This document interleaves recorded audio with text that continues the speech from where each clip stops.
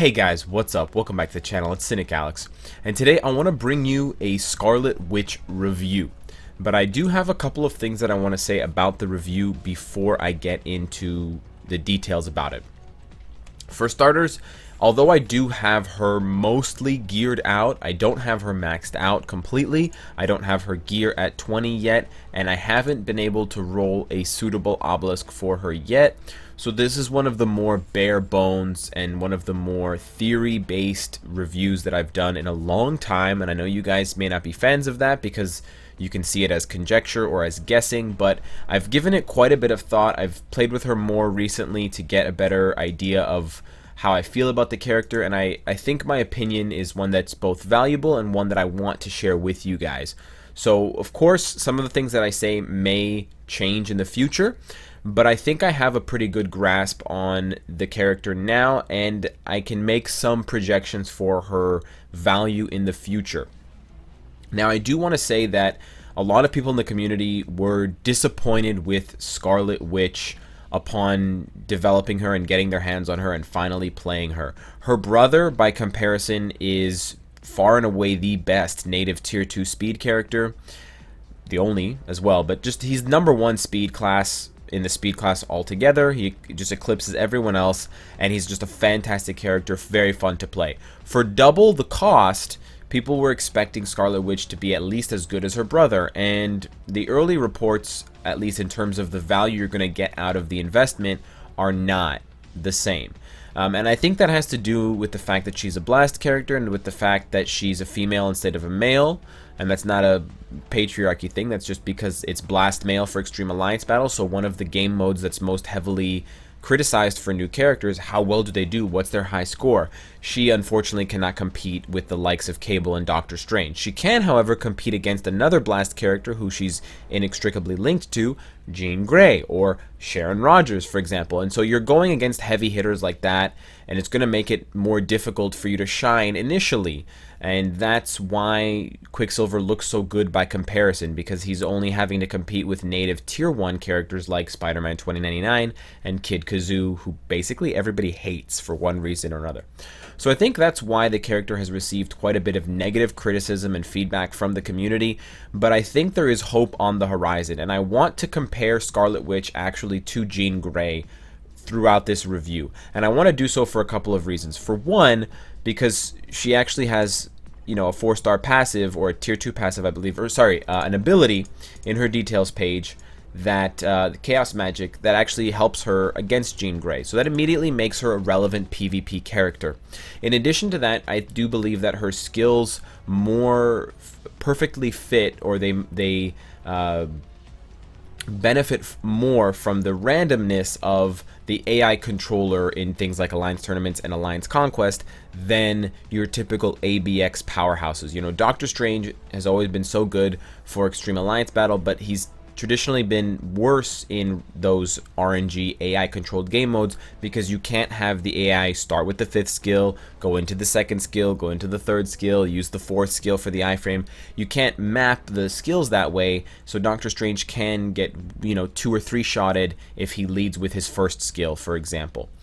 But I do think that Scarlet Witch has a lot of the tools available, the way that we saw Jean Grey, to be a monster in PvP. But I also think that with enough love and with enough investment, she can also be a very powerful PvE character. Of course, in things like Shadowland, it's a given, but also I believe even in Extreme Alliance Battle eventually. Now, moving on into her skills, Scarlet Witch is our premier mind damage dealing character, the one we've all been waiting for. So if you've saved up a mind damage obelisk and you didn't use it on Mysterio, you're in luck. Her skills, however, are a bit frustrating to use, and it's why I'm going to discuss the skill rotation in a little bit more depth with you guys than I normally do. The reason why I say that her skill rotation is frustrating is because a lot of them have very long windups or animations, and they cannot be canceled. So for example, if you cancel her 1st skill too soon, you won't see any of those pink boxes, or you won't see enough of the pink boxes for all of the different characters, enemies, because she can actually target many enemies with that, but if you cancel it too early, it won't appear. Her second skill is particularly frustrating for this reason.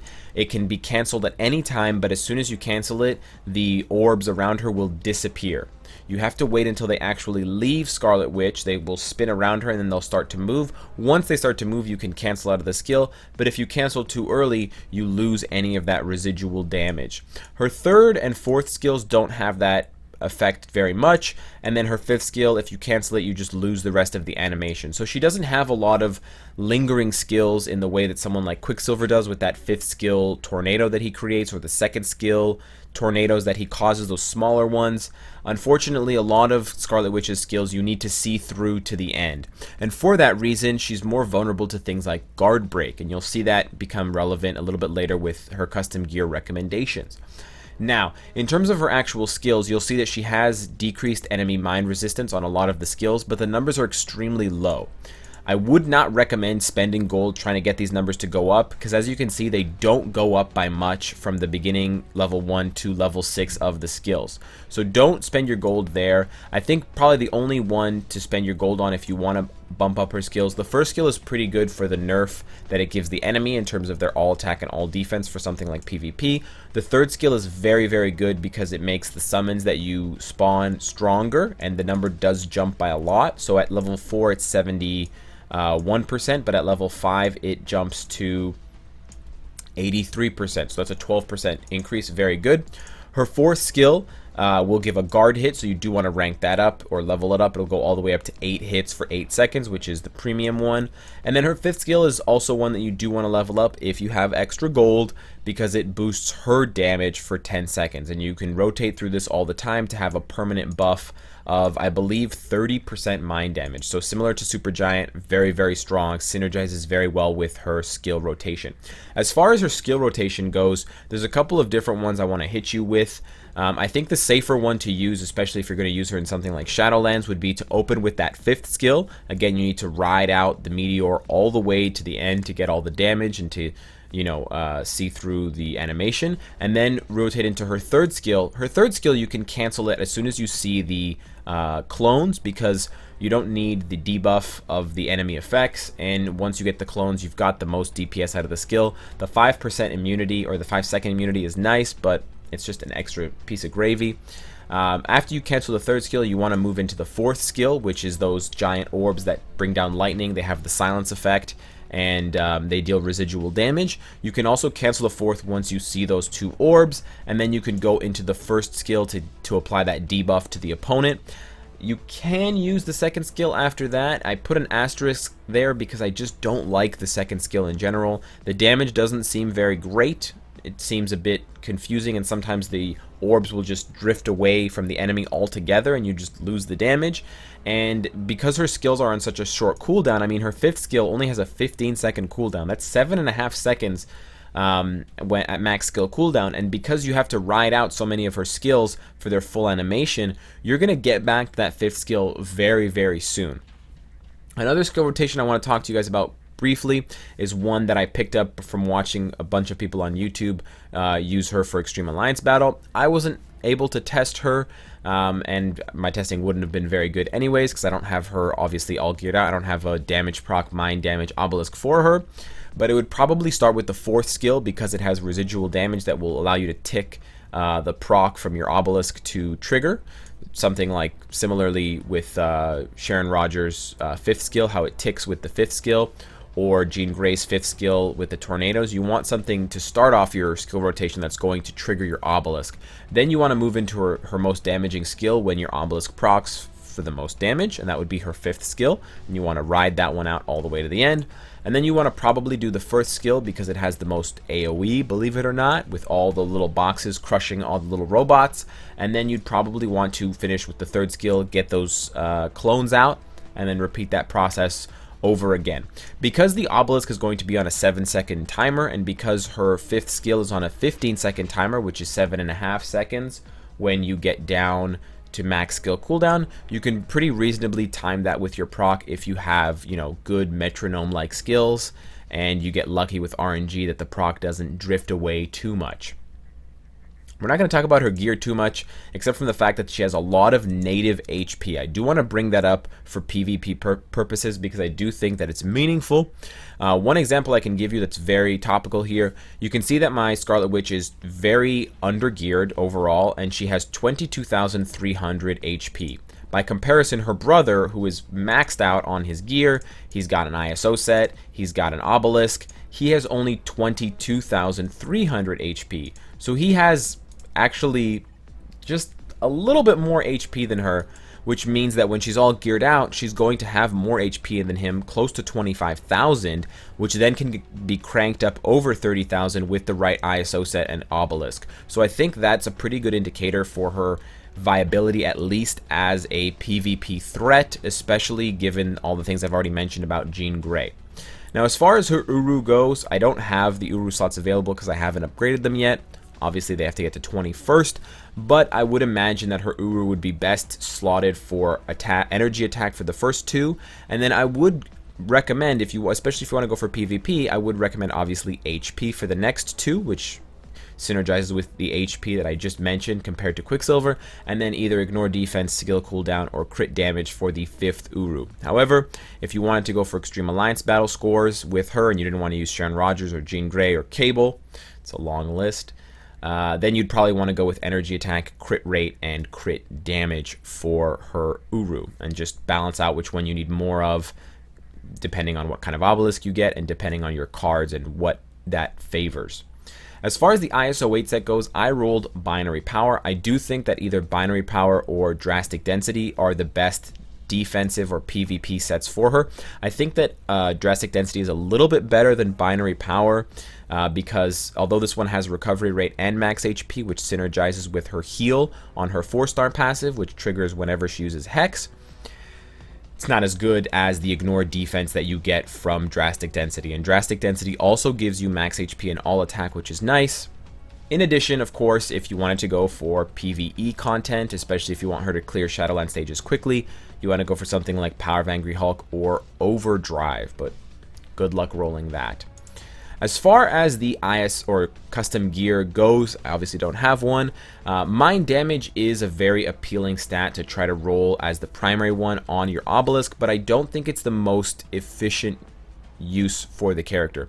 As I mentioned before, a lot of her skills have long animations, even with high skill cooldown, and you need to watch the whole animation to get the full effect. You can't do a lot of skill canceling, or you can't be aggressively skill canceling with Scarlet Witch the way you can with, for example, her brother. So I do think that guard break immunity is a very valuable stat for her because it will prevent her from getting interrupted. She does have some iframes on her skills, like she has an iframe on her 5th skill. She has a short iframe, I believe, on her 1st and 2nd skills. But aside from that, she can get guard breaking on her 4th skill, she can get guard breaking on her 3rd skill, and so it does leave her vulnerable to being interrupted and having, her skills canceled, basically. In addition, I do think that 8 max HP would be fantastic for her and synergize well with the PvP strategy. If you want to make her an even better threat, an even better killer for Jean Grey, you could go for something like Fire Resist, and then of course Invincibility at the end. But if you wanted to go for Extreme Alliance Battle, Guard Break, Mind Damage, 5 damage proc, or Mind Damage proc would probably be your best bet for that, and you'd have, great scores as a result.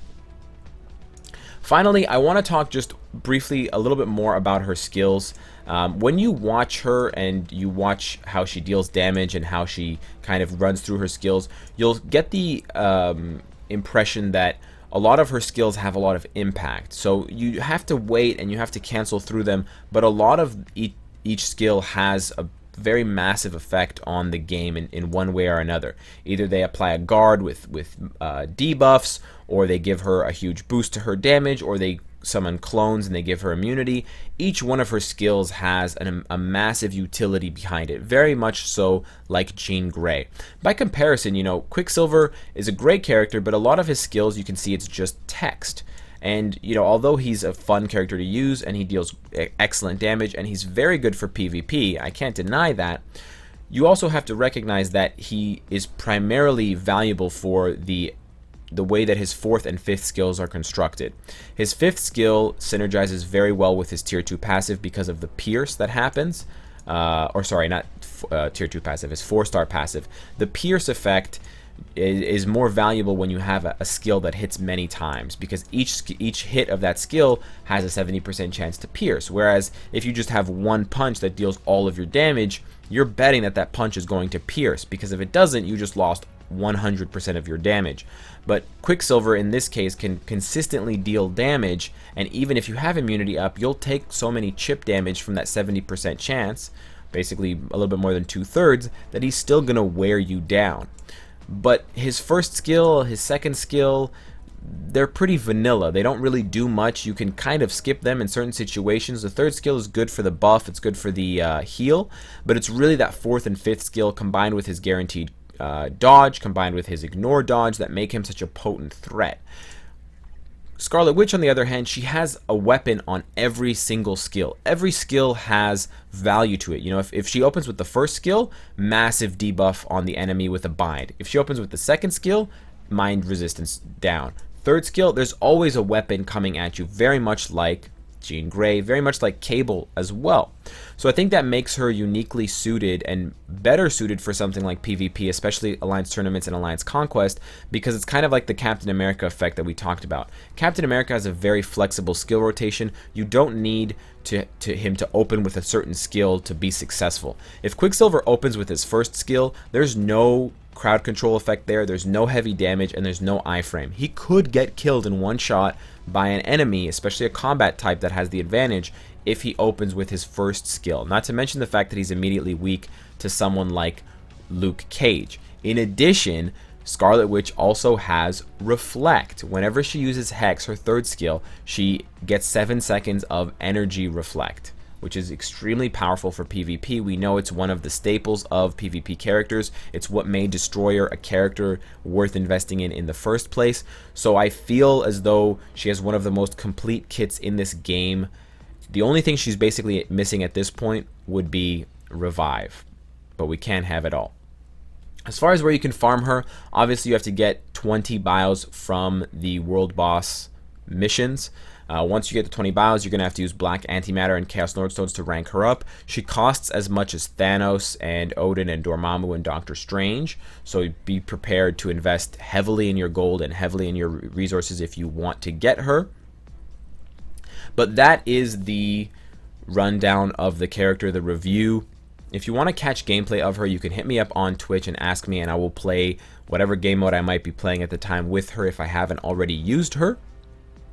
And I really am curious what you guys think of the character, and if this discussion and this kind of explanation of how I see her is aligning with yours or not, if you agree with me or disagree with me, and if you do, let me know why. I am very curious to hear what you have to say, and I do want to learn more about this character because I do feel as though my knowledge right now is incomplete, but I think together we can have a much clearer picture of Wanda's capability. So hit me up in the comments, let me know what you think, and of course guys, if you like what you see, I hope to see you again tomorrow, and sub if you're having fun.